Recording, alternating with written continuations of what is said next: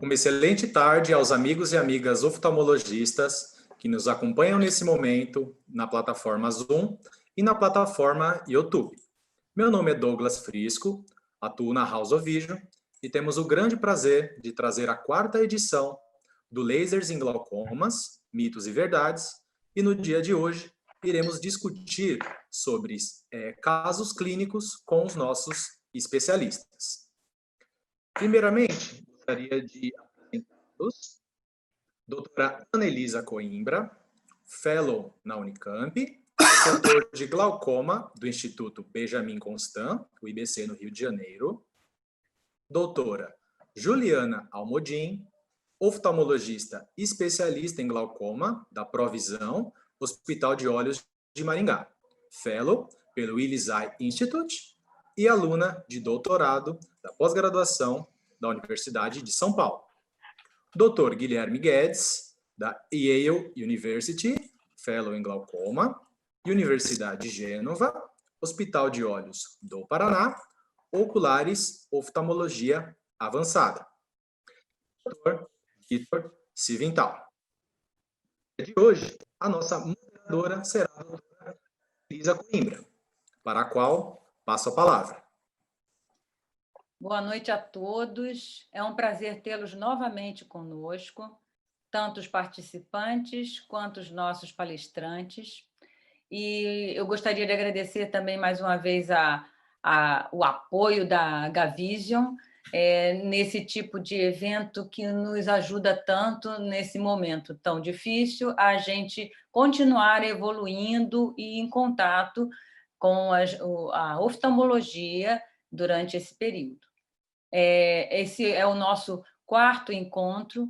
Os 3 encontros foram excelentes, abordamos vários aspectos e assuntos relacionados ao uso do laser no tratamento de pacientes com glaucoma, que hoje é, digamos assim, uma nova atitude em tratamento. Então, é utilizado hoje largamente pelos glaucomatólogos, e a gente quer também que isso seja difundido pelos nossos colegas oftalmologistas que fazem oftalmologia geral. Temos hoje casos clínicos, é o nosso último módulo, e nós vamos abordar alguns casos clínicos, e eu vou abordar, primeiramente, um caso clínico que pode acontecer no consultório de vocês, e a gente vai abordar conforme a condução. Depois vem o doutor Guilherme Guedes, que vai abordar 2 casos clínicos, um sobre pacientes com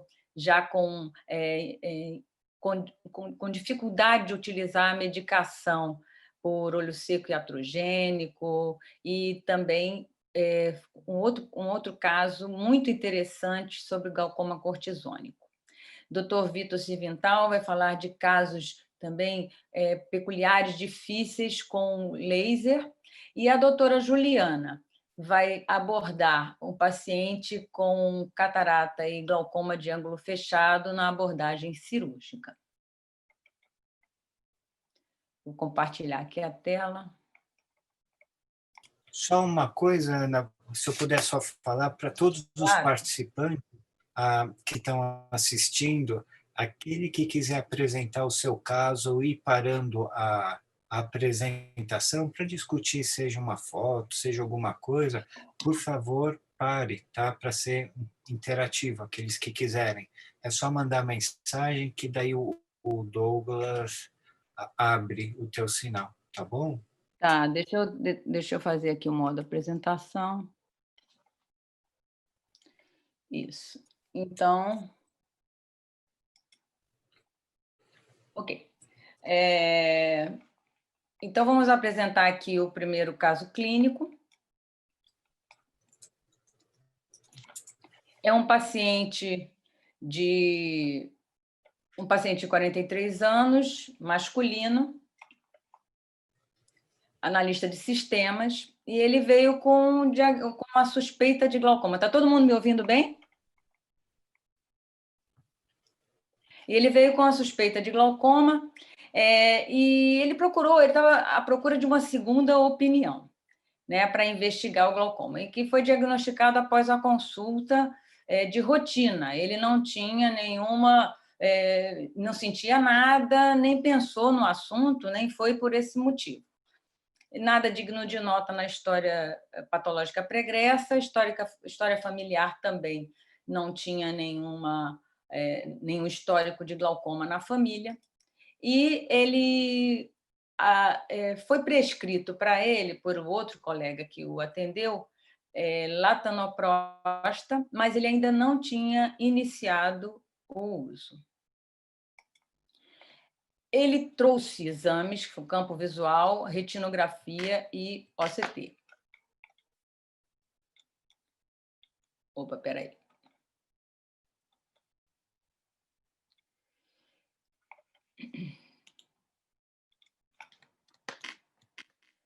Peraí que deu um... Ok, foi. Então, no quadro clínico dele, ele tinha uma acuidade visual 20/20, para longe, para perto J1, não tinha nenhuma alteração biomicroscópica, uma câmera profunda, não tinha nenhuma alteração, tinha um ângulo aberto, a pressão nesse dia estava 12 milímetros de mercúrio, e ele tinha uma espessura de córnea normal. Mas no campo visual do paciente, né, ele tinha já uma alteração importante do campo visual do olho direito, e ele estava muito preocupado com esse diagnóstico que ele já teve de glaucoma. Trouxe também a retinografia, que dá para avaliar bem, aqui, inclusive, aqui embaixo, se vocês, no olho direito, ele tem um Reut, né, aqui bem visível. Então, assim, não esquecer que diagnóstico de glaucoma é uma doença do nervo óptico, mesmo com os exames complementares e tudo mais, a gente precisa analisar bem o nervo óptico e assim, analisando, a gente observa essa alteração. Ele tinha trazido, em fevereiro de 2019, um OCT, tinha feito um OCT Stratus, que também já apresentava uma camada de fibras nervosas alterada, peripapilar, não tinha nenhuma alteração macular, mas a gente sabe que, assim, hoje os OCTs que são utilizados já têm uma capacidade melhor de análise e provavelmente ele já deve ter alguma alteração aí macular que não foi detectada. Bem, esse paciente, ele veio, e aí eu vou contar uma peculiaridade, apesar de não ter colocado aqui na história clínica.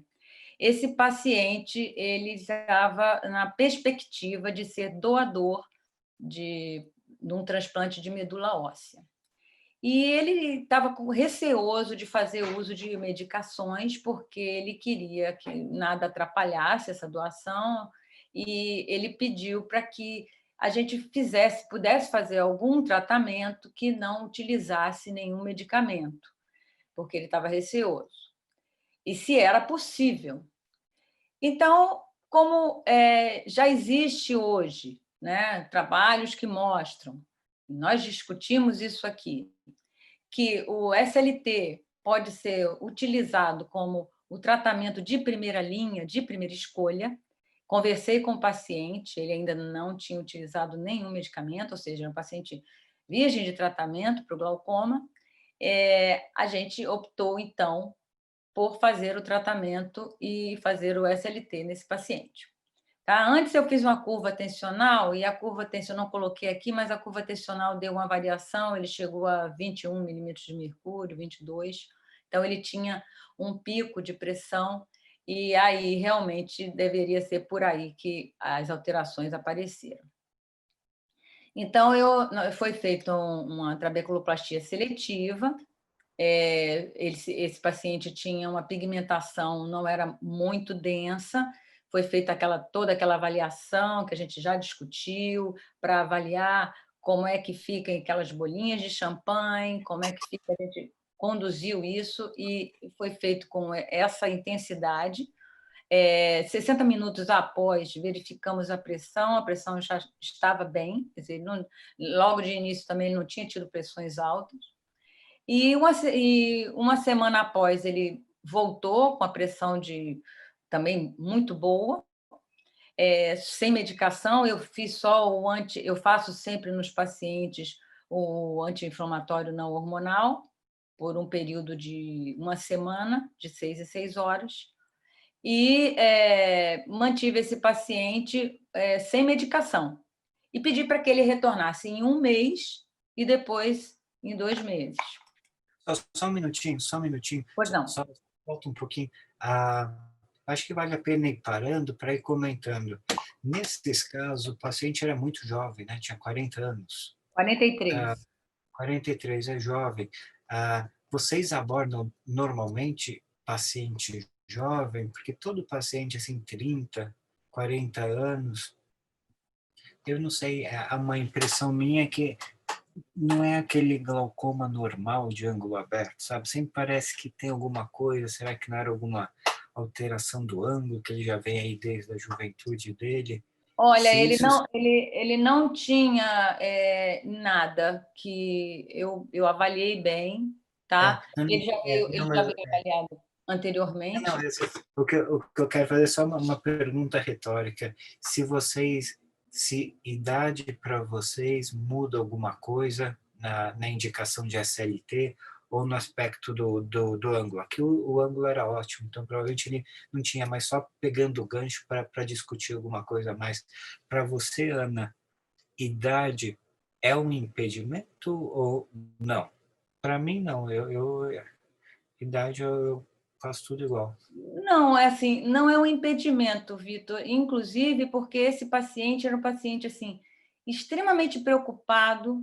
Ele veio assim, ele é altão, assim, sabe, enorme, uns 2 metros, mas aquela pessoa ansiosa, desesperada, com medo de ficar cego, porque eu não sei como é que foi a abordagem que foi feita inicialmente a ele, e ele ficou muito preocupado porque as alterações de campo visual já eram importantes, tinha um nervo óptico ali também já com sinal de Reut, e ele nunca tinha sido avaliado anteriormente por, não sei, disse ele que fazia exame de rotina, mas que nunca ninguém fez uma avaliação nele. A gente sabe, discutido aqui, você mesmo fez o comentário em uma das suas aulas, que grande parte dos pacientes que têm glaucoma nem sabe que tem. Né? Em torno de 50% dos pacientes que têm glaucoma não sabem que tem. E, às vezes, o diagnóstico acontece isso. E é por isso que nós estamos aqui também, né? Para fazer esse alerta para o diagnóstico precoce, que hoje, ainda bem que o glaucoma está sendo assim, muito discutido, difundido, e a gente tem muitas armas novas, mas é muito importante o diagnóstico precoce, que a gente deixe os nossos olhos bem treinados. Excelente essa pergunta que você fez, porque é importante que as pessoas fiquem atentas às alterações que o paciente pode apresentar. Mas eu não deixaria de tratá-lo por causa da idade, não. Não, claro. Agora, eu faria até um outro paralelo. Você falou uma coisa muito interessante que eu nunca tinha ouvido, que ele ia servir de doador para transplante de medula. E por isso, por um período, não pode receber medicamento. E os medicamentos têm efeitos sistêmicos, mesmo colírio. Não era sistêmico, né? Era tópico. Mas, assim, ele tinha medo e ele pediu para que isso não ocorresse se existia uma outra alternativa, e a gente tem, né? E os estudos mostram eficácia, e por isso a gente fez o uso. Isso, como alternativa de uso do colírio. Agora, o que é interessante, por que eu falei isso? Para fazer um paralelo com a mulher grávida, tá? Não tem nada a ver, tá com ser doador ou tá grávida. Eu quero falar, na grávida é semelhante. Pode substituir o uso do colírio pelo SLT. Então, se a grávida fizer um bom planejamento, você pode usar o SLT no lugar. Fazendo um paralelo muito assim filosófico, mas não deixa de ser uma situação parecida. Continua. Era só para fazer umas emendas. Não, e é muito interessante. A sorte é que a maioria das grávidas, quando ficam grávidas, a pressão baixa, né? E aí elas não precisam. mas nesse caso, realmente. Então, esse paciente voltou, né? Era um paciente, assim, ele é um paciente super obediente, sabe, Vitor? Muito, muito obediente. Então, aquele cara, assim, preocupadaço.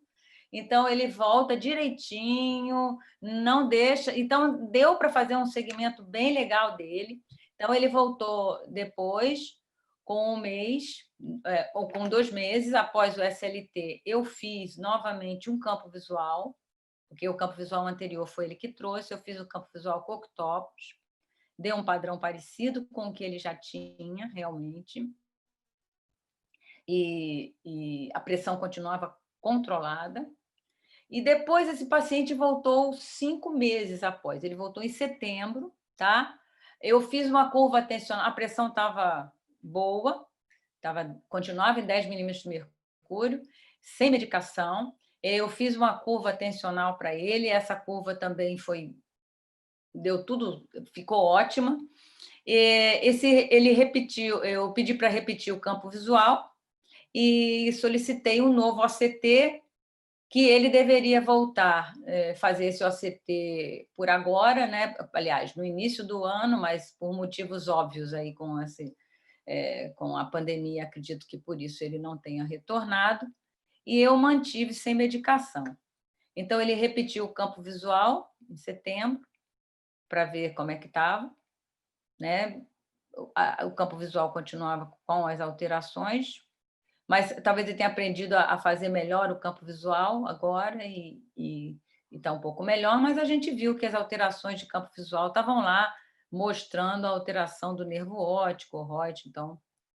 E aqui, esse paciente, e aí eu juntei para corroborar na conduta que a gente tomou, o estudo Light, que já foi bem discutido no nosso primeiro encontro, pela doutora Juliana Almodin. Ela falou tudo sobre o assunto, explicou minuciosamente, detalhadamente o estudo.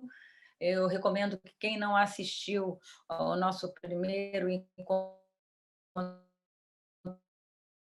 falando de SLT, e a gente fala muito sobre isso também, o doutor Guilherme fala dos estudos, o Vitor fala da técnica, então, aqui mostrando exatamente que, em conclusão, que esse é um estudo grande, um estudo com 611 pacientes, é um estudo com pacientes que ainda não utilizavam a medicação, e foram pacientes que fizeram o SLT, e depois um percentual de pacientes que apresentaram falha, e essa falha foi porque não conseguiram alcançar a PIO-alvo conforme o médico que o conduzia, eles tiveram um SLT repetido, mostrando que esses pacientes tiveram bons resultados, tanto na primeira aplicação de SLT quanto na segunda. E os pacientes que tiveram aplicação de SLT no estudo, mais de 76% dos pacientes tiveram êxito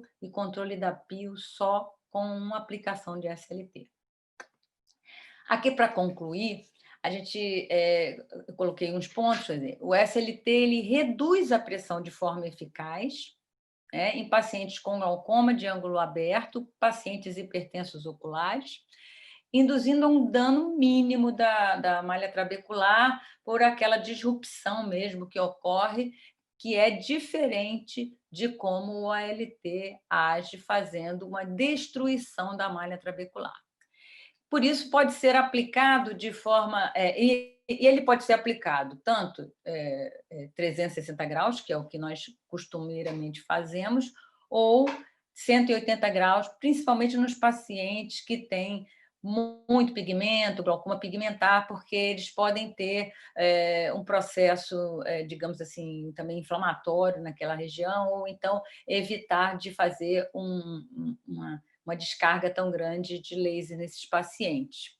É um procedimento de baixo risco, que, conforme o estudo Light, melhora muito a qualidade de vida do paciente e economicamente é interessante, porque diminui o número de medicações que o paciente utiliza, Me lembra até daquela aula de SLT, Vitor, que você mostrou lá aquela senhorinha tentando pingar o colírio, que não conseguia pingar o colírio, como é difícil, né?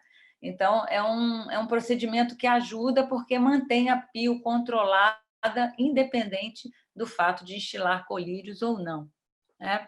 Há transtornos mínimos, o processo inflamatório também é mínimo, pode ser repetido, como a gente já comentou, e é considerado um tratamento hoje de primeira linha no glaucoma de ângulo aberto e hipertensão ocular, em relação ao custo-benefício aceitável. Tem uma eficácia comparável com a redução de pio numa terapêutica oftalmológica, farmacológica, como se, por exemplo, o paciente estivesse em uso de um análogo de prostaglandina, né? Alguns estudos mostram que ele se assemelha ao uso do latanoprosta. E é um tratamento independente do compliance de pacientes.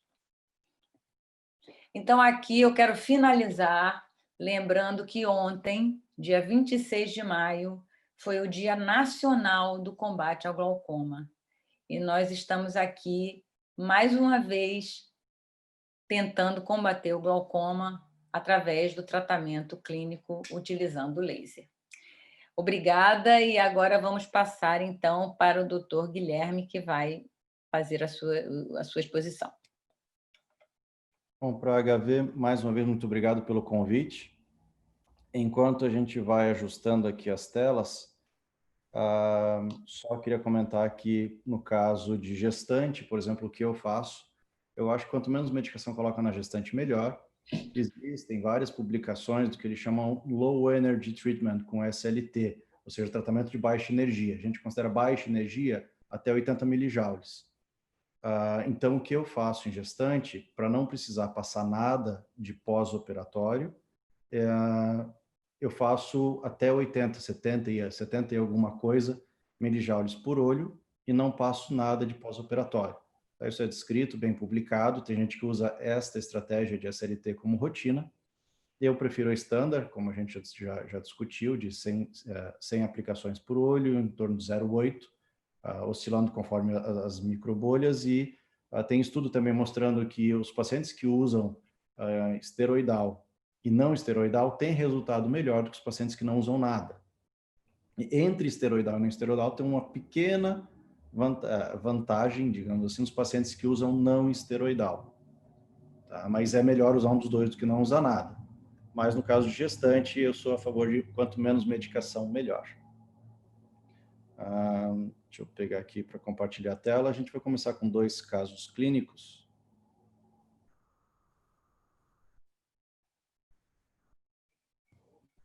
Só um pouquinho.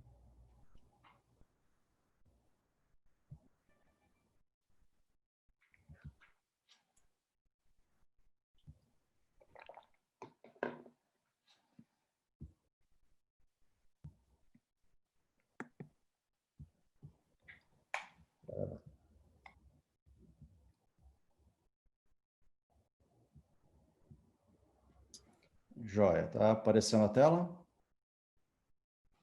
Sim. Joia. Bom, o primeiro caso clínico talvez seja o mais comum. Uma paciente de 52 anos, caucasiana, a profissão, no caso, apresentador de televisão, tinha miopia, hipertensão arterial, irmão com alteração corneana e com glaucoma inicial, uma miopia leve, um ângulo pouco pigmentado, 1:4, paquimetria normal e 22/23 de pressão. Aqui, o nervo óptico dela. A gente consegue ver no olho esquerdo bem nítido um Reut e um notching no olho. Campo visual desse olho, uma discreta diminuição paracentral no 24/2, uma alteração mais significativa no OCT, principalmente no complexo de células ganglionares, no olho esquerdo. A hora que a gente pede um 10/2, esse desenho fica mais nítido. Tá? Por ter aí eu volto a valorizar aquela lesão central no 24/2. O paciente com lesão central eu classifico como glaucoma avançado. No glaucoma avançado a gente quer uma redução maior.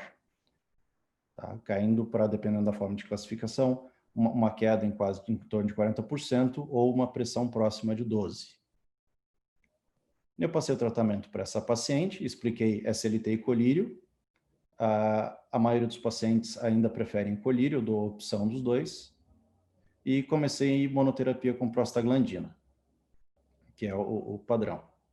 A pressão dela baixou bem, a gente chegou na pio-alvo, e essa é a conjuntiva dela. Eu achei ótimo, a gente estava na pressão-alvo, até achei uma hiperemia discreta para o uso de prostaglandina, mas o paciente não gostou. Ela achou que estava tudo horrível, que a vida dela estava ruim e estava atrapalhando na profissão dela. Eu troquei a monoterapia, que é o que eu costumo fazer, só que a monoterapia com brimonidina não foi o suficiente para a gente chegar na pressão-alvo.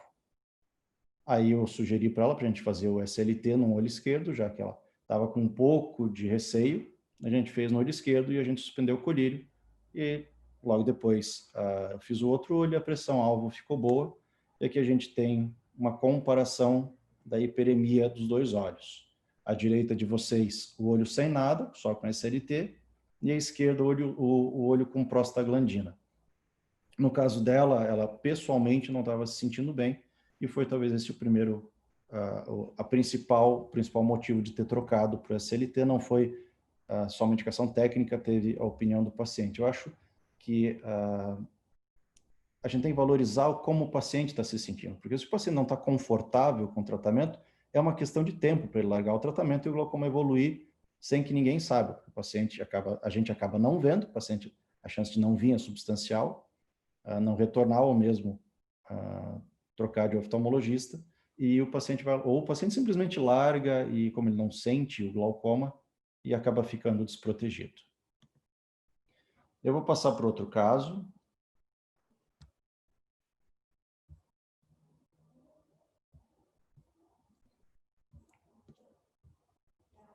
Vamos ver se...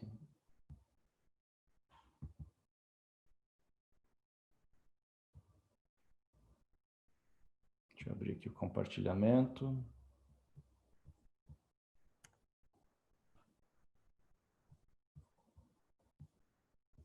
Enquanto você vai abrindo, Guilherme, só vou falar, a Lenise teve umas dúvidas, ou ela fez uns casos e não foram como esperados. Então, logo depois que você falar, ela entra para explicar o que aconteceu e a gente discute, tá bom? Perfeito. Está aparecendo a tela agora? Não.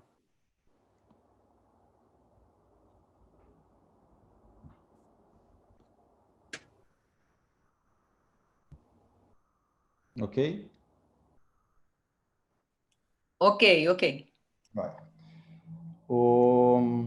Esse outro caso, esse é um pouquinho diferente. Esse sim, eu acho que uma carta na manga bem interessante. 26 anos, masculino, caucasiano. Ele foi encaminhado para tratamento de conjuntivite alérgica, paciente com uma conjuntivite alérgica muito importante, papilas,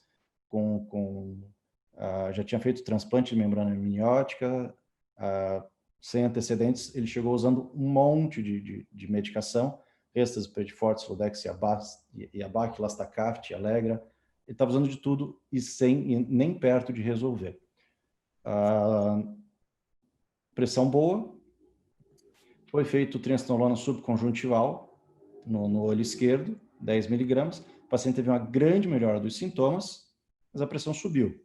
Subiu um pouquinho, é normal subir, a maioria dos casos ela costuma baixar. Foi iniciado brinzolamida. Foi feito, como a resposta foi fantástica no olho esquerdo, foi feito no olho direito.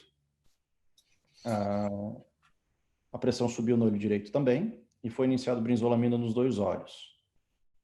Tá, isso ao longo de um mês, várias visitas aqui em 2 meses, de maio a julho, tentados diversos colírios. Aí quando o paciente chegou, para mim estava usando travoprosta, brimonidina, brinzolamida, estava usando tudo. Olho calmo, dava para ver a triancinolona subconjuntival e a pressão em 29, paciente jovem. Paquimetria um pouco mais fina, e esse é o nervo e o campo dele. Então até aqui tudo legal. Mas o paciente com uma pressão bem alta. Aqui o ACT. E aí eu fiz o que nesses casos vai fazer uma TREC, o que a gente faz num paciente com a pressão dessa, espera, vai acompanhando. Então, aqui, nesse caso, nessa revisão, quando não sei o que fazer, a gente vai vai revisar a literatura. Então, neste artigo, fatores de risco para resposta severa a esteroides, que foram indicados trabeculectomia, foi principalmente o uso prolongado tópico e um aumento da PIO em relação à linha base. Esse paciente tem um aumento da PIO significativo em relação à linha base, embora o corticosteroide não fosse tópico, fosse subconjuntival.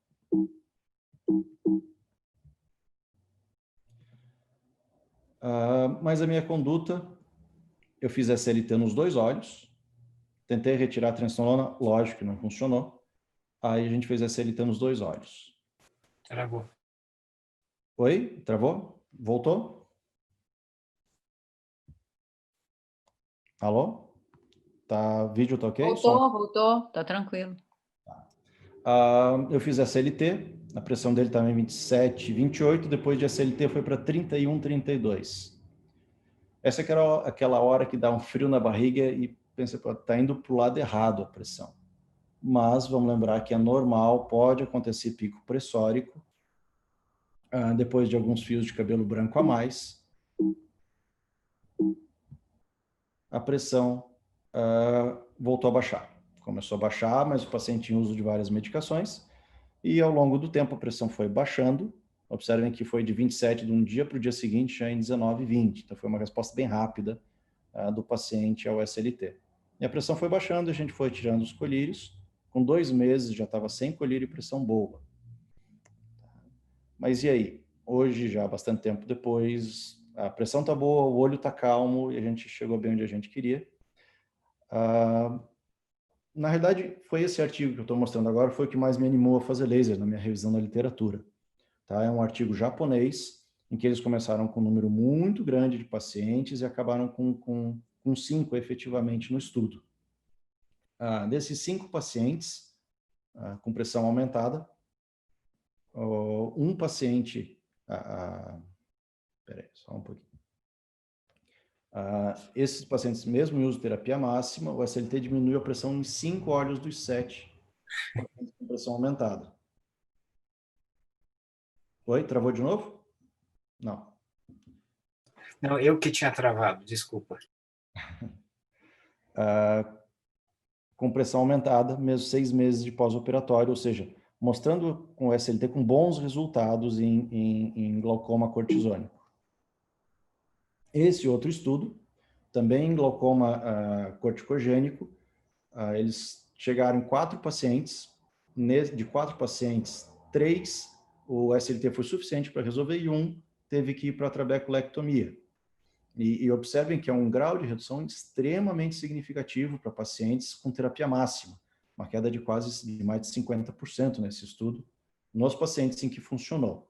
Tá? 75% é uma chance muito boa, conversei com o paciente, a outra opção era a trabeculectomia, e a gente foi para o laser, que funcionou bem. Agora, por que isso acontece? Vamos lembrar um pouquinho do mecanismo de ação do SLT, em que o SLT causa uma microinflamação, e essa microinflamação libera principalmente interleucina 8 e faz o recrutamento de macrófagos.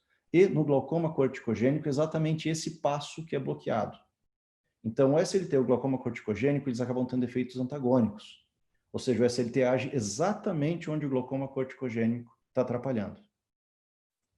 Então, hoje, minha opção, quando é glaucoma corticogênico, às vezes é difícil a gente separar de glaucoma inflamatório. Tá? Inflamatório não faz SLT. Agora, se você tem certeza que o glaucoma é corticogênico, eu acho que a SLT tem uma excelente indicação. Tá? Ele acaba repondo todo esse feedback do mecanismo via macrófago e interleucina, que precisa, sim, para manter a malha trabecular limpa, sem as proteínas e restos de células que podem comprometer o funcionamento da malha. Agora, Guilherme, deixa eu só perguntar, que eu tenho uma dúvida.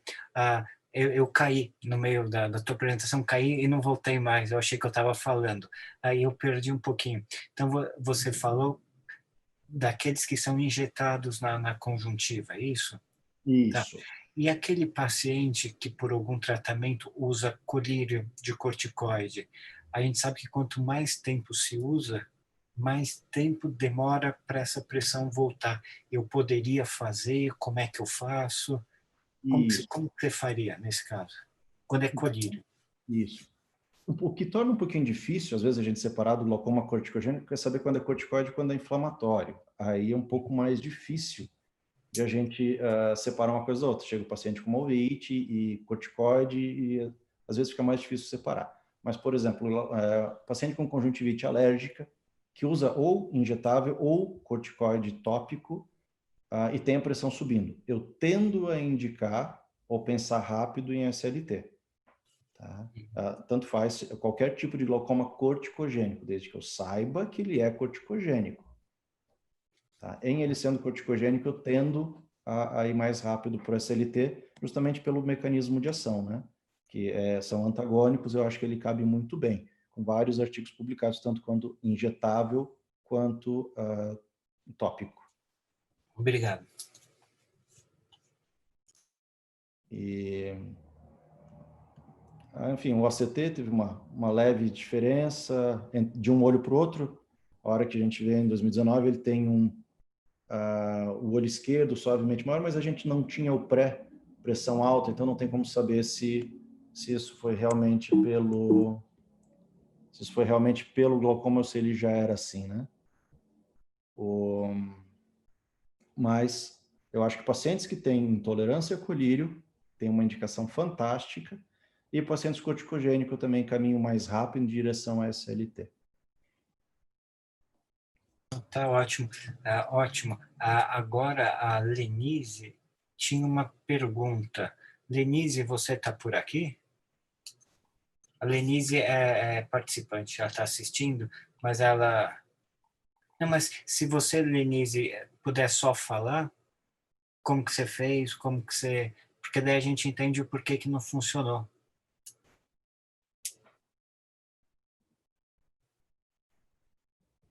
Bom, Douglas, você abriu o a microfone Lenise. da Denise? Sim, ela já está ativa. Lenise, se você quiser dar uma palavrinha, dá uma palavrinha como que você fez, mais ou menos como que eram esses pacientes, que às vezes daí dá para saber como é que, por que que não deu certo, né? Bom, então eu posso continuar enquanto a Lenise não entra? A Lenise, por enquanto, se ela não falar, vamos lá, Vitor. Então, você vai ser o próximo. Vamos falar do seu. Ótimo. O bom é que eu mais ou menos eu entro na área da Lenise, né? Então, o que a Lenise mandou no bate-papo? Que ela fez 4 SLT segunda agora e não funcionou. Então, dá para não funcionar? Vamos ver isso, tá? Eu não vou ser tão didático nem acadêmico quanto a Ana e o Guilherme foram. Eu vou ser bem mais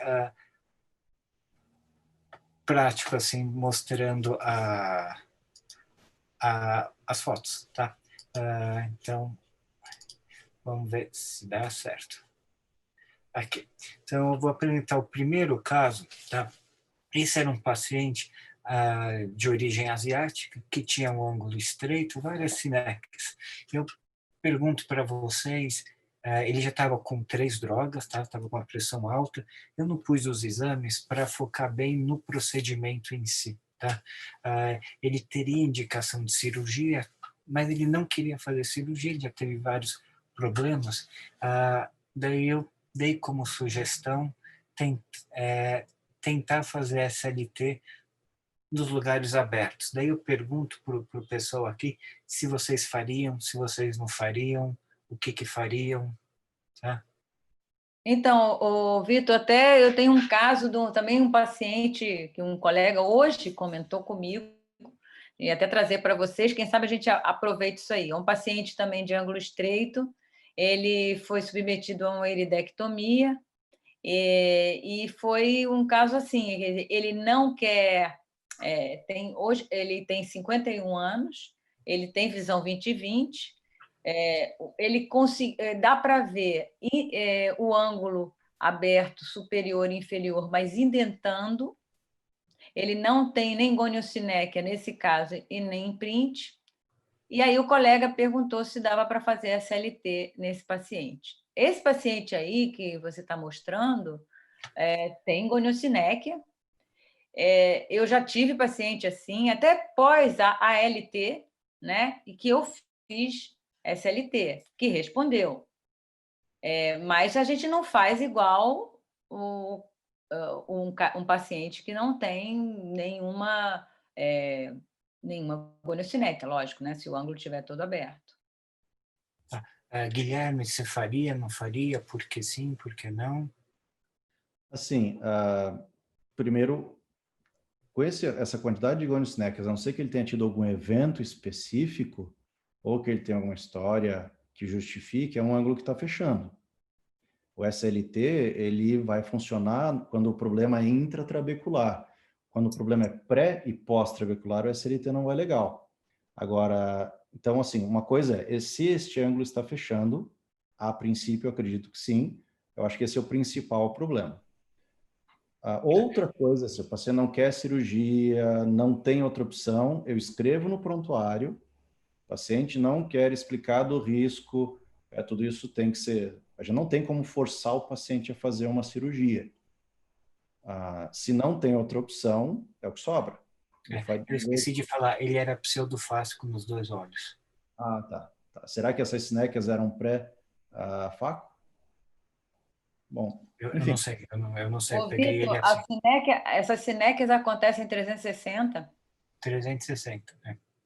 Tá. Assim, se eram Aí fica cinéquias difícil, né? Não tem nem visualização. se era pré-faco, ele tinha um ângulo estreito, um ângulo fechado, pré-faco, fez faco, abriu. Acho que é mais ou menos essa a pergunta do Vitor. Isso. Acho que ângulo que está aberto pode fazer SLT. Tem, inclusive, trabalho publicado quanto a isso. Uma vez que o ângulo esteja aberto, definitivamente. Agora, ângulo fechando, aí tem que cuidar do ângulo fechando. Tá. Então, daí eu dei a opção para ele, né? Não queria operar de jeito nenhum. A faco dele parece que tinha sido um pouco traumatizante, né? Daí eu dei a opção do SLT. Mesmo porque ele já usava 3 drogas, os colírios faziam muito mal para ele, daí eu fiz o SLT. O SLT baixou de 25 para 18 a 20, tá? E manteve mais ou menos o mesmo padrão da gonioscopia. Agora, o que é interessante nesse caso? Que ele manteve essa pressão, que era ainda um pouquinho alta para ele, tá? Mas, ok. Só que depois de 1 ano e meio ele volta com a pressão de 36. E esse ângulo fechou mais ainda. Daí o que eu pergunto? Será que esse laser pode ter criado algum... Isso aqui já tinha, não, isso aqui não foi feito agora não, já tinha. Será que esse laser pode ter influenciado, criado uma microinflamação que levou a fechar mais? Será que já era um fechamento que estava cometendo? Então, hoje em dia, eu não sei se eu faria em ângulos daquele jeito, tá? E se tivesse que dar uma dica de como fazer, isso aqui foi o mesmo slide que eu mostrei na aula. Então, só para lembrar que quando se faz, você tem que ir vendo as áreas que estão abertas, tá? E onde estiver aberto, você vai fazendo e vai fazendo bem baixo, que você quer causar o menos de inflamação nessa área trabecular possível.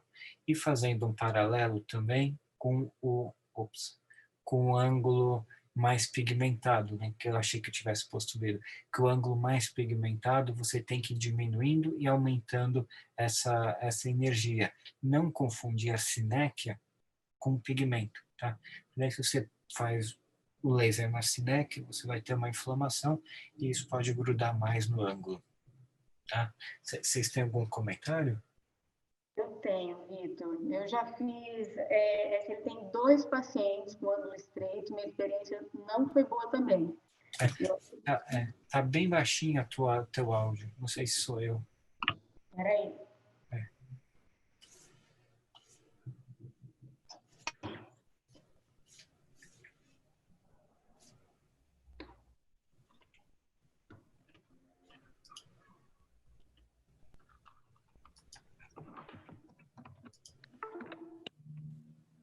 Vitor, enquanto a Juliana se organiza aí, com essa gonioscopia aí, depois visualizando essas goniocinecas, eu também não faria. Eu acho que não é essa a indicação, mas realmente é complicado. Agora tem que orientar, tem que conversar muito com o paciente, o que pode acontecer, né? Mas o que eu achei interessante é que isso deixou 1 ano e meio mais para frente. Ele ia operar de qualquer jeito, tá? Mas a gente ganhou 1 ano e meio. Será que valeu a pena? É isso que eu quero falar. Tá? Então, mas é para pensar, são perguntas retóricas aí, perguntas para se pensar. Guilherme, você tem alguma coisa para comentar? A Juliana quer falar? Pode falar, Juliana. Depois eu comento. Oi. Não, eu ia falar, eu tive 2 experiências que não foram boas em pacientes com LT em glaucoma de ângulo estreito. Foi assim, um pouco tempo que eu estava fazendo ainda. A gente sabe que a indicação é realmente glaucoma de ângulo aberto, era a mesma coisa, pacientes que não queriam operar, jovens, e aí tinham áreas abertas e acabei fazendo também. O que aconteceu foi inflamação logo depois, aumento de pressão. Não tive experiências boas, e aí nem que eu veja que tem áreas ali abertas, eu acabo não mexendo. E a outra coisa que a gente vê bastante na literatura, que realmente tem goniocinecas, não vale a pena, acaba realmente complicando. E uma outra situação que eu fiz também, o SLT, que eu quis tirar a prova da experiência, foi pós-trabeculectomia. Eu tive um paciente jovem, e acabei fazendo também, paciente de 38 anos, pós-TREC, e acabei fazendo o SLT também. Acabei tendo um baita de um sangramento, então são 2 situações que eu já aprendi que eu não faço mais. Tá. Mas Juliana, foi SLT ou ALT que você fez nesses 2 pacientes? Não, foi SLT nos 2. Como eu tinha colocado ele na aula, tem que diferenciar glaucoma inflamatório, no caso, se está usando corticoide ou não, glaucoma inflamatório não é indicado SLT, né? Porque justamente aumenta a chance de sinéquia, a íris não reage bem, e se o problema é o ângulo, tem que resolver o ângulo. Ali fica um pouco difícil a gente saber de onde ele vinha, para onde ele vai. Agora, se o ângulo está fechando, tem alguma possibilidade de fechar, não tem certeza, não se sabe, realmente esperar. Agora, se o ângulo está aberto, você sabe de onde veio e sabe onde está, ângulo bem aberto, por exemplo, pós-faco, um ângulo fechado, você faz faco, ele abre bem, você tem certeza do que aconteceu? Eu não vejo tanto problema. Então, isso é para fixar os conceitos básicos. Tá? Agora eu vou passar para o segundo caso. Deixa eu só falar mais uma coisinha antes. Claro. Eu acho que quando a gente adquire o aparelho, a gente fica tão empolgado com os resultados, né? Que a gente começa a fazer a indicação correta e a gente começa a aventurar um pouco no que não deve, na verdade. Então, essa experiência pessoal mesmo, esses 2 casos, ângulo estreito, especialmente com goniocinecas e pós-TREC, jamais. Mas, como o Guilherme falou, era um paciente com ângulo estreito ou fechado, fez uma faca, abriu o ângulo, dá para ver o ângulo bem, aí com certeza vale a pena sim. Eu vou passar agora um pouquinho mais rapidinho, só porque a gente já está em cima do tempo. Tá? Esse é um outro caso que eu queria mostrar. Não sei tirar isso daqui. Tá? Então, primeiro, essa é uma paciente que já tinha feito várias cirurgias, tá? Uma alta míope com 4 cirurgias prévias, usava 4 drogas e a pressão dela variava muito, entre 22 e 40, isso no olho direito. Foi feito o SLT nesse olho, baixou para 16 e ficou estável. Agora, o que é interessante notar nesse caso, foram feitos 112 pulsos, tá? Ou seja, lembrar que o Light falava em 100 pulsos, tá? A minha média pessoal é 85, aqui eu acho que eu fui um pouquinho mais agressivo, com uma energia total de 96,8. Tá? Ou seja, foi bem. Tá? Isso que eu queria frisar. Sempre depois eu meço a pressão para ver se não teve pico de pressão alta.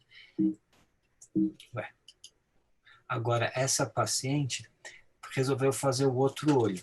Notem que era um outro olho, era um pouquinho mais controlado. Então, o que eu fiz? Eu fiz 70 pulsos com uma energia mais baixa. Tá? E no dia seguinte, ela veio. No dia seguinte, eu não peço para o paciente voltar no dia seguinte, eu geralmente peço uma semana ou 2, com uma queixa de não enxergar. Ela era 20/25, veio com movimento de mãos no segundo dia. Uma córnea bastante edemaciada, claro, a pressão mais baixa, tá? E a córnea muito, muito edemaciada. Agora, o que é interessante é que eram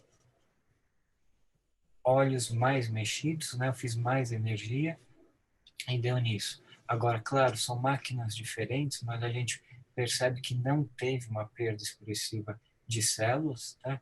Mas daí eu entrei com corticoide por uma semana e clareou super rápido em uma semana. No 30º mês, ela já tinha voltado a ser 20, 25 e voltou com a pressão boa, tá? A pressão mais baixa. Então, o que eu quero mostrar com esse caso? Tomar cuidado em olhos já muito mexidos, tá? Apesar da contagem de células aqui ser relativamente boa, tá? 2.900, 2.800, tomar cuidado, não deixa de ser uma energia que você está colocando dentro do olho. Então, explicar muito bem para o paciente que pode acontecer, tá? Muito provavelmente aqui foi por dissipação de energia dentro do olho, tá? Mas não tem uma causa assim específica. Vocês já tiveram alguma coisa assim parecida? Foi um caso em 5 anos, né? Vitor, quais cirurgias ela fez? Ela fez 4 cirurgias naquele Fez olho? um monte, fez desde catarata até retina. É aquele olho, sabe aquele alto míope muito mexido? Mas ela teve descolamento de retina? Eu não me lembro o que ela teve. Eu lembro que ela teve uma doença de retina. Provavelmente deve ter sido algum princípio de descolamento. E aí você teve que entrar com corticoidezinho para melhorar esse edema, Vitor? Oi? Você acabou entrando com corticoidezinho? Entrei com corticoide por uma semana, melhorou.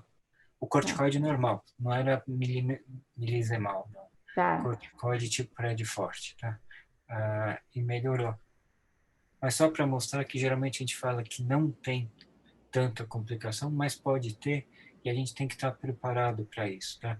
Isso daqui foi em 2015, se não me engano, 14 ou 15, ou 16. Então já faz bastante tempo. E foi o único caso que eu tive, mas tive um caso, isso que eu quero frisar, tá? Algum comentário, senão a gente já passa para a Juliana, que a gente tem que acabar mais ou menos até às 7, tá? A Lenise tá por aí? Ela colocou que está sem o prontuário do paciente, acho que ela não sabe informar como é que foi feito. Tá bom. Eu não ia mostrar outros 2 casos, não vou. Acho melhor passar para o teu, Ju, porque a gente já está em cima do horário, tá bom? Tá bom, vamos lá.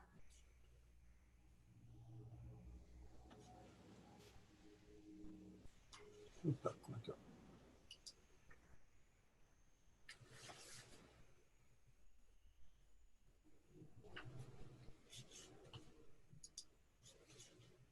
Então, vamos lá. Coloquei até um nome no meu caso, porque são aqueles casos assim que dá até medo. Trabalhando sob pressão. Vamos lá, então.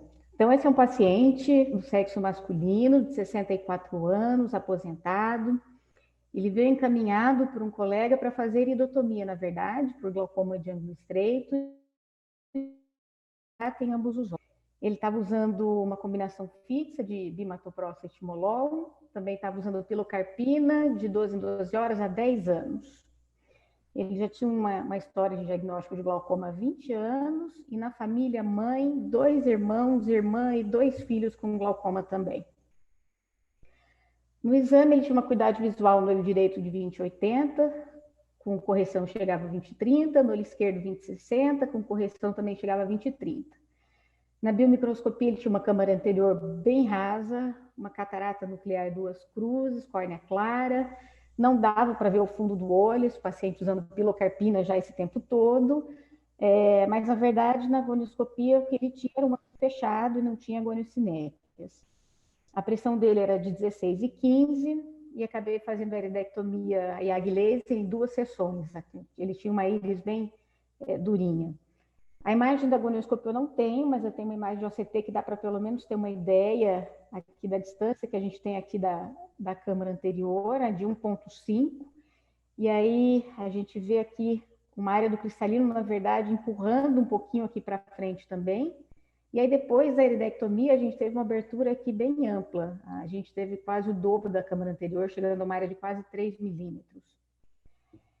Essa era a retinografia, vou mostrar a cirurgia do olho direito para vocês, então me atentei mais aos exames do olho direito, mostrando uma escavação já de 0,8, uma perda já importante de camada de fibras nervosas retinianas, uma campimetria mostrando já um escotoma superior, com o esboço do escotoma já inferior, uma paquimetria boa, de 534 micra, a microscopia também era boa, de 2.016 células, e aí a biometria com uma lente de mais 24, ultrassom com retina coladinha, e aí vamos para a cirurgia. Então, alguns cuidados que a gente tem que ter quando a gente vai começar uma cirurgia de catarata num paciente desse. A primeira coisa, um paciente usando pilocarpina já há 12 anos, então é um paciente que a gente não consegue dilatar de jeito nenhum, então a gente já tem que ir preparado para entrar com gancho de íris. Antes de começar a cirurgia, o ideal é você fazer o preparo com Diamox e com Manitol também. Por quê? Para você evitar de ter uma pressão positiva durante a cirurgia. Na hora que a gente estava fazendo a Rex desses pacientes, podem ver que eu estou fazendo uma punção vítrea ali atrás, ele estava com uma pressão positiva muito grande, empurrando tudo para frente, eu não conseguia nem entrar com faco, porque não formava a câmara anterior nesse paciente, mesmo tendo feito Manitol e Diamox. Um outro cuidado importante que a gente tem que ter é na hora da capsulorhexis, desse retalho da cápsula anterior não ir para o equador e você acaba tendo ali uma perda da rex e até uma rotura. Um outro cuidado na hora da incisão, não pode fazer uma incisão muito longa, senão você acaba perdendo visco toda hora na cirurgia, você acaba também perdendo câmara. Vocês veem que mesmo para posicionar a lente, depois de ter feito a punção vítrea, a lente ainda fica com dificuldade para colocar ali no saco, fica vindo para frente ali toda hora. Um outro cuidado importante nesses pacientes também é você tentar fazer a faca com o mínimo de quebra possível, sempre dentro ali do saco, que a gente sabe que você acaba tendo um aumento da pressão grande ali intracapsular também. Aí, claro, depois que você fez o gancho de íris, essa íris usando a pilocarpina depois de tanto tempo, a gente não conseguia depois fechar essa íris de volta. E aí o paciente podia ter uma fotofobia muito grande. Então, eu optei em fazer uma sutura ali da íris, para tentar fechar com prolene mesmo. Você passa o prolene, a agulha ali entre a íris, faz como se fosse um laço, puxa depois, para fazer uma pupiloplastia, o fechamento ali da pupila. Então, a catarata num paciente com ângulo fechado realmente tem que ter alguns cuidados. É uma cirurgia que não é uma faco comum e a gente tem que levar em considerações algumas particularidades, senão a gente pode realmente se enroscar numa cirurgia dessa. E que complicações e cuidados que a gente deve ter? Então, no pré-operatório, importante o Manitol, 2 horas antes da cirurgia, especialmente se você tiver um paciente que tem uma pressão intraocular elevada ou uma câmara anterior muito rasa. Você pode estar usando o Diamox também no pré-operatório. No intraoperatório, tem que ter cuidado com a câmara anterior rasa, você acaba tendo mais dificuldade para manusear a catarata, além também de poder ter uma queimadura ali no endotélio. Tem que levar em consideração que você pode ter um deslocamento anterior do diafragma írido cristaliniano. Tem que levar em conta a midríase desse paciente que é limitada e está preparado com expansores de íris, preparado para prolapso de íris que pode acontecer, então tem que ser feita uma incisão muito bem feita. Esse paciente pode ter formação de sinéquias posteriores ali no pós-operatório, tentar fazer a facoemulsificação e a quebra sempre dentro do saco capsular, com isso você vai evitar de ter rotura da cápsula posterior.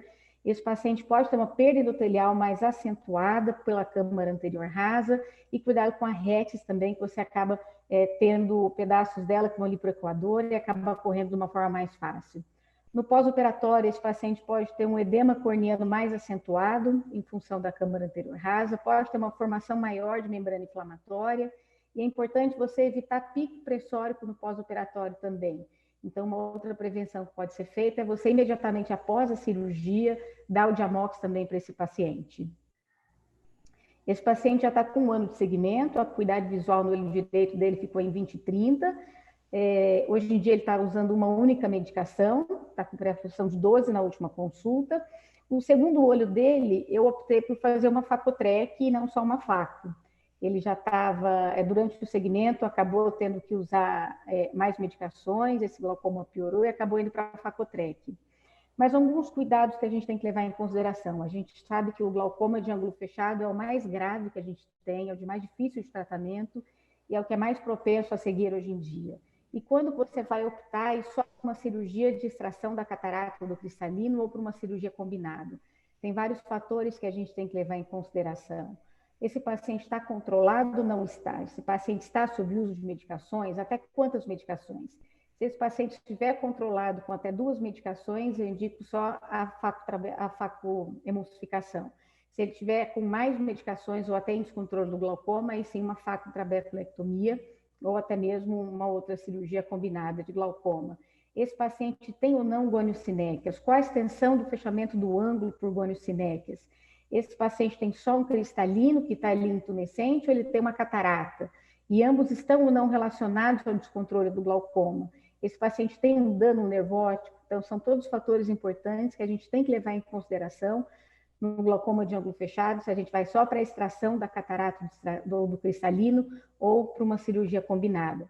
O que preconiza a Sociedade Brasileira de Glaucoma são que pacientes portadores de glaucoma com ângulo fechado ou de fechamento angular que estejam controlados no pré-operatório e tem uma indicação da catarata, você vai fazer a facoemulsificação isolada.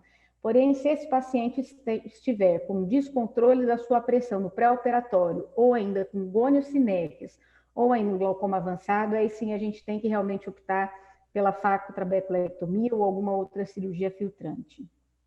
E eu gostaria de aproveitar, de encerrando o nosso curso e de convidar todos, eu espero que até outubro, na verdade, nós acabamos de mudar a data, o corona tenha nos deixado, mas nós estamos promovendo um curso, a Associação Paranaense de Oftalmologia, em conjunto com a Sociedade Brasileira de Oftalmologia, um curso de imersão em glaucoma, que será realizado aqui em Maringá, nos dias 1 a 3 de agosto.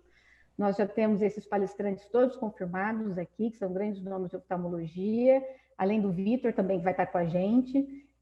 Será um curso realmente só para glaucoma, desde o inicial até o mais avançado. Teremos também cirurgias ao vivo de glaucoma, endociclofotocoagulação, a stent e outras mais, além de cursos práticos também. Aqui já vou mostrar o curso do Vitor, que vai ser de trabeculoplastia seletiva a laser. E eu espero poder ver vocês aqui em Maringá, de 1 a 3 de outubro. Mais uma vez, obrigada, HV, pelo convite. Foi extremamente proveitoso estar aqui com todos vocês. Eu espero que todos tenham aproveitado um pouquinho do nosso curso. Vou passar minha palavra de novo para a Ana.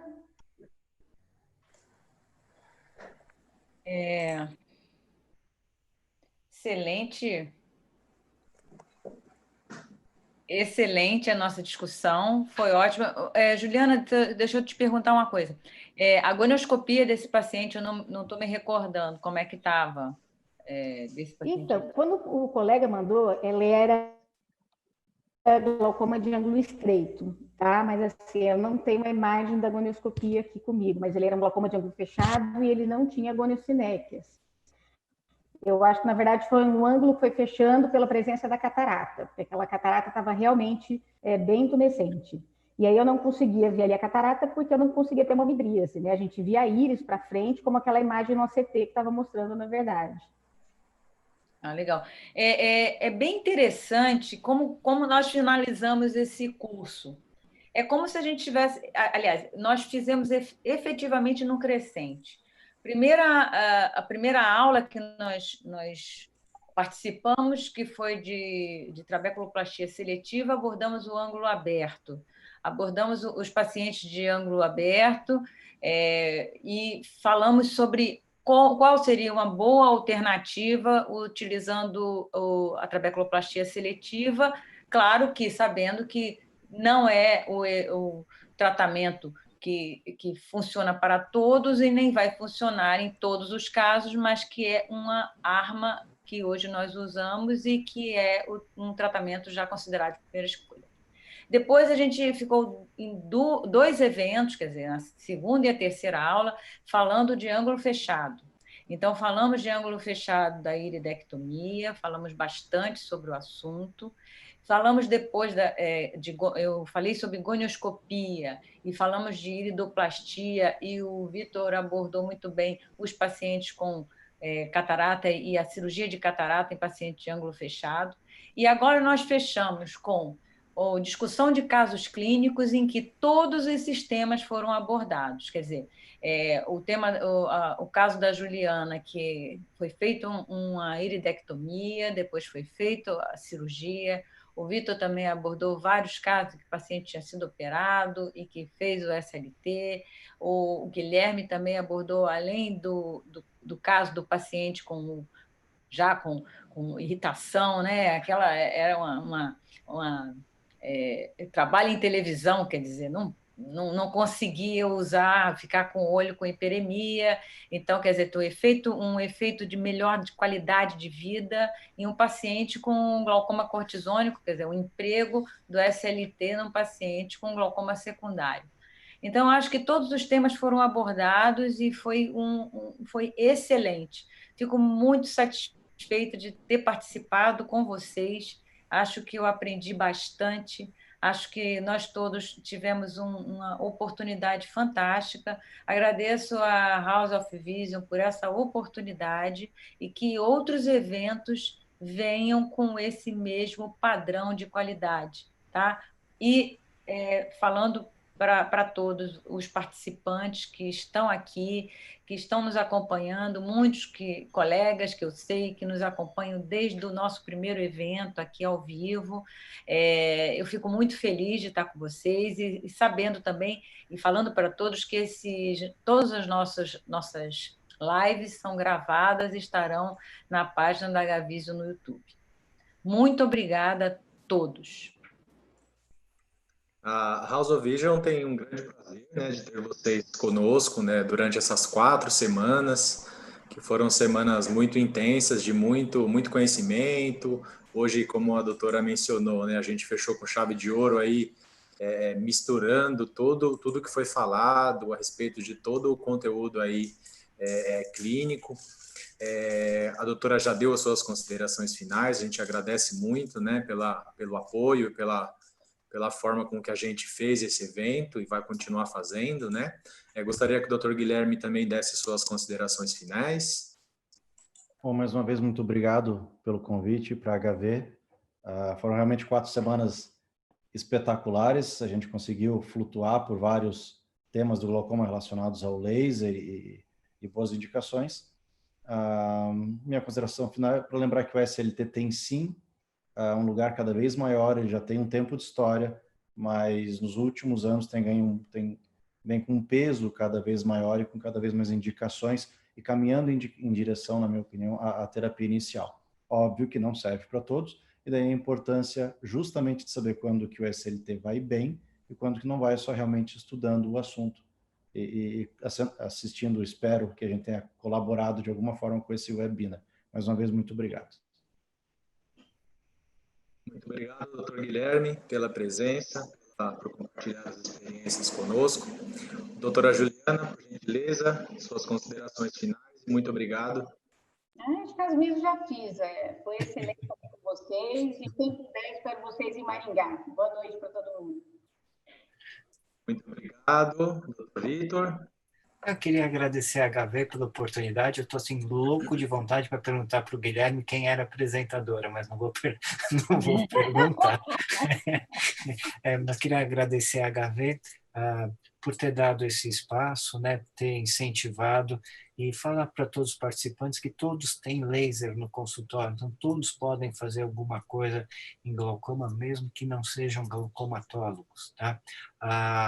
E realmente agradecer a HV que deu apoio em tudo, organizou tudo. Muito obrigado a vocês que assistiram e a vocês que apresentaram. Obrigado.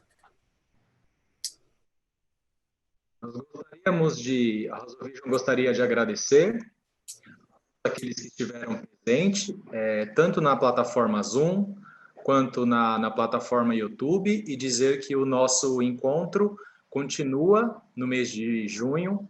Será às quartas-feiras, novamente, às 18 horas. Iremos abordar alguns temas relacionados à cirurgia de catarata, cálculo de lentes intraoculares premium, diagnóstico de doenças e tratamentos de doenças em retina, com as mais avançadas tecnologias que temos disponível da marca Tópico. Aos poucos nós iremos aí fazendo os convites, irá funcionar da mesma forma que fizemos neste mês de maio. Nós agradecemos a todos que nos prestigiaram e nosso próximo encontro está marcado na próxima quarta-feira, às 18 horas. Assim que saírem dessa sala do Zoom, por gentileza, se puderem preencher a nossa pesquisa com aí itens relacionados ao evento, como tudo se comportou, conteúdo clínico, será muito importante para nós, para que possamos aí, aos poucos, sempre melhorar o nosso evento. Agradeço a presença de todos, um grande abraço e até a próxima.